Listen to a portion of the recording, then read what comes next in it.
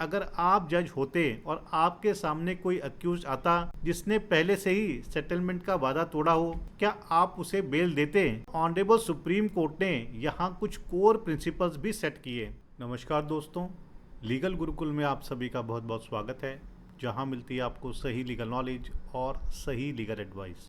दोस्तों, आज का हमारा टॉपिक बहुत ही इम्पॉर्टेंट है। सोचिए, अगर किसी व्यक्ति पर गंभीर आरोप हैं और उसे डर है कि पुलिस उसे कभी भी गिरफ्तार कर सकती है, तो उसके पास दो विकल्प हैं, दो रास्ते हैं। या तो वो अरेस्ट होने के बाद रेगुलर बेल ले, या फिर अरेस्ट से पहले ही एंटीसिपेटरी बेल के लिए एप्लीकेशन दे दें। लेकिन बड़ा सवाल ये है, क्या एंटीसिपेटरी बेल और रेगुलर बेल में कोई सख्त अंतर है? क्या कोर्ट इन्हें दो अलग अलग कैटेगरीज मानकर अलग अलग नियम लागू करता है? दोस्तों, ऑनरेबल सुप्रीम कोर्ट ने हाल ही में क्लियर किया है कि कोई भी रिजिड डिस्टिंक्शन नहीं है एंटीसिपेटरी बेल और रेगुलर बेल में। हर केस उसके फैक्ट्स और सर्कमस्टांसिस के हिसाब से देखा जाएगा। दोस्तों, ऑनरेबल सुप्रीम कोर्ट की जजमेंट बहुत ही बड़ा इम्पैक्ट डालने वाला है, न सिर्फ लॉयर्स के लिए बल्कि आम नागरिकों के लिए भी, क्योंकि बेल का सीधा संबंध होता है हमारी पर्सनल लिबर्टी से। दोस्तों, आज मैं आपको इस पूरे जजमेंट को स्टेप बाय स्टेप समझाऊंगा। सीआरपीसी के सेक्शंस, पुराने मिसकंसेप्शंस, सुप्रीम कोर्ट का ताज़ा फैसला और इसका प्रैक्टिकल असर आपके ऊपर, मेरे ऊपर, आम जनता के ऊपर क्या होगा, ये भी जानेंगे। दोस्तों, वीडियो बहुत ही इंपॉर्टेंट है, इसलिए आपने वीडियो को अंत तक ज़रूर देखना है। यदि आपने अभी तक चैनल को सब्सक्राइब नहीं किया है तो चैनल को सब्सक्राइब कर लीजिए, साथ ही नोटिफिकेशन बेल आइकन दबा दीजिए। इन केस आपकी कोई भी लीगल समस्या है, लीगल प्रॉब्लम है, तो वो आप मुझे भेज सकते हैं। यदि आप अर्जेंटली मुझसे बात करना चाहते हैं, अपने मैटर को डिस्कस करना चाहते हैं, तो आप कॉल मी फॉर एप्लीकेशन का इस्तेमाल कर सकते हैं, या ईमेल से मुझसे 1-to-1 सेशन की अपॉइंटमेंट भी ले सकते हैं। दोस्तों, सबसे पहले बेसिक्स क्लियर करते हैं।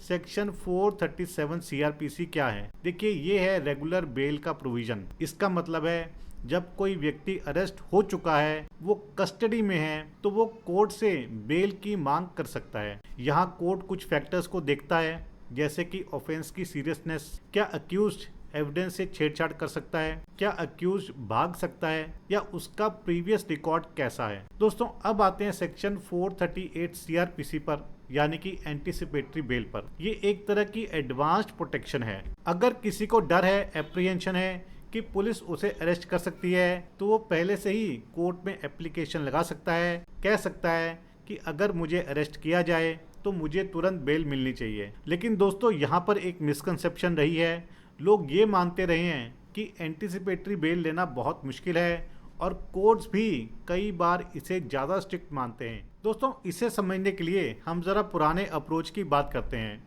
लोअर कोर्ट में ट्रेंड ये था कि anticipatory bail strict, time bound, बहुत सारी कंडीशंस के साथ मिलती थी, और रेगुलर बेल रिलेटिवली आसानी से मिल जाती थी। इस रिजिड डिस्टिंक्शन की वजह से अक्यूज को अनफेयर एडवांटेज होता था। सोचिए, अगर किसी पर झूठा आरोप लग गया और उसने एंटीसिपेटरी बेल मांगी, तो उसे कोर्ट कहता, नहीं, ये तो बहुत ही रिस्ट्रिक्टेड है। रिजल्ट ये रहता है कि बेवजह से हरासमेंट और लिबर्टी का हनन होता है। दोस्तों, इसी पॉइंट पर ऑनरेबल सुप्रीम कोर्ट ने इंटरफेयर किया। दोस्तों, अब जानते हैं कि ऑनरेबल सुप्रीम कोर्ट के सामने क्या केस था, उसकी क्या डिटेल्स थी। केस ये था कि अक्यूज के खिलाफ चार्जशीट फाइल हो चुकी थी। अक्यूज ने पहले हाई कोर्ट में सेटलमेंट की अंडरटेकिंग दी थी, लेकिन उसे पूरा नहीं किया था। लोअर कोर्ट ने बेल ग्रांट कर दी, सिर्फ इस आधार पर कि चार्जशीट फाइल हो चुकी थी। ऑनरेबल सुप्रीम कोर्ट का कहना था कि ये बिल्कुल भी सही अप्रोच नहीं है। बेल का डिसीजन सिर्फ अब्स्ट्रैक्ट रूल्स पर नहीं, बल्कि अक्यूज के एक्चुअल कंडक्ट और केस के फैक्ट्स पर आधारित होना चाहिए। क्योंकि इस केस में लोअर कोर्ट ने जो बेल ग्रांट करी थी, वो केवल इस आधार पर करी थी कि चार्जशीट फाइल हो चुकी है। ये सुप्रीम कोर्ट ने बिल्कुल गलत माना। दोस्तों, ऑनरेबल सुप्रीम कोर्ट ने एक और इम्पॉर्टेंट बात कही, वो थी डीम्ड कस्टडी का प्रिंसिपल। जब कोई अक्यूज्ड बेल हियरिंग के लिए कोर्ट में उपस्थित होता है, प्रेजेंट होता है, तो लॉ में उसे कस्टडी में माना जाता है, चाहे वो फॉर्मली अरेस्ट ना हुआ हो। इसलिए एंटीसिपेटरी बेल और रेगुलर बेल में कोई रिजिड डिस्टिंक्शन करना गलत है। दोस्तों, अब सवाल उठता है कि ऑनरेबल सुप्रीम कोर्ट की इस जजमेंट का क्या असर होगा। देखिए, अगर लॉयर्स के नज़रिए से देखें तो ये है कि अब आर्ग्यूमेंट सिर्फ टेक्निकलिटीज़ पर नहीं बल्कि फैक्ट्स और कंडक्ट के आधार पर होनी चाहिए। अगर अक्यूज का बिहेवियर अच्छा है, वो कोऑपरेट कर रहा है, एविडेंस से छेड़छाड़ नहीं कर रहा है, तो उससे प्रोटेक्शन मिलनी चाहिए।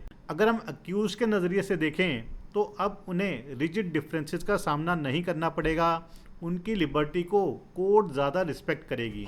अगर हम इसे कोर्ट के नज़रिए से देखें तो लोअर कोर्ट्स को अब सुप्रीम कोर्ट की गाइडेंस बिल्कुल क्लियर है कि उन्हें फैक्ट्स देखने हैं, रिजिड लॉ नहीं अप्लाई करना है। दोस्तों, इसे एग्जाम्पल से समझते हैं। मान लीजिए कि श्याम पर आरोप है कि उसने गवाहों को धमकाया है। कोर्ट देखेगा उसका कंडक्ट खराब है तो चाहे वो एंटिसिपेटरी बेल मांगे या रेगुलर बेल मांगे, कोर्ट उसे डिनाई कर सकता है। दोस्तों, अब आप सोचिए, अगर आप जज होते और आपके सामने कोई अक्यूज आता जिसने पहले से ही सेटलमेंट का वादा तोड़ा हो, क्या आप उसे बेल देते? आप कमेंट करके बताइए कि आप इस सिचुएशन में क्या करते। दोस्तों, ऑनरेबल सुप्रीम कोर्ट ने यहाँ कुछ कोर प्रिंसिपल्स भी सेट किए।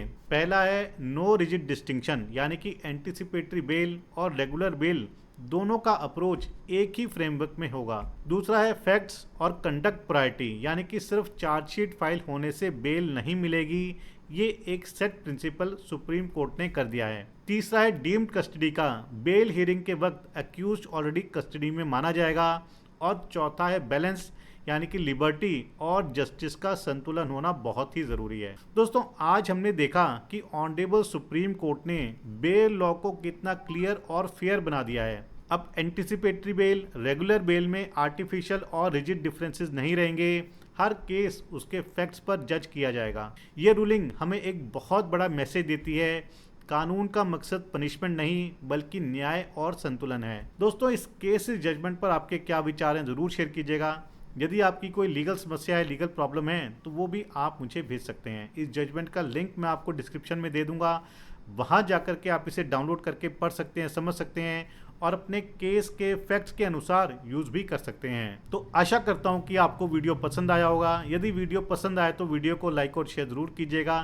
चैनल को सब्सक्राइब करना मत भूलिएगा। अगली बार मिलेंगे नए वीडियो में नए टॉपिक के साथ। तब तक के लिए धन्यवाद। जय हिंद।